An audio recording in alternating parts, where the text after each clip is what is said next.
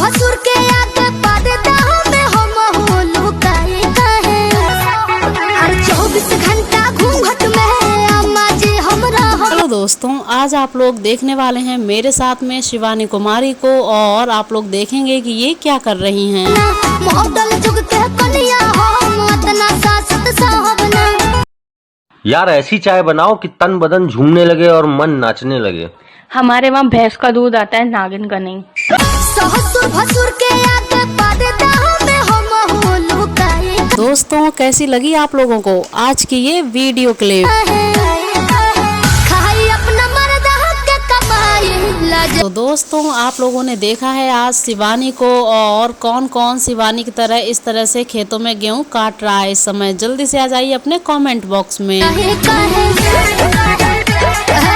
खाई अपना मर्दा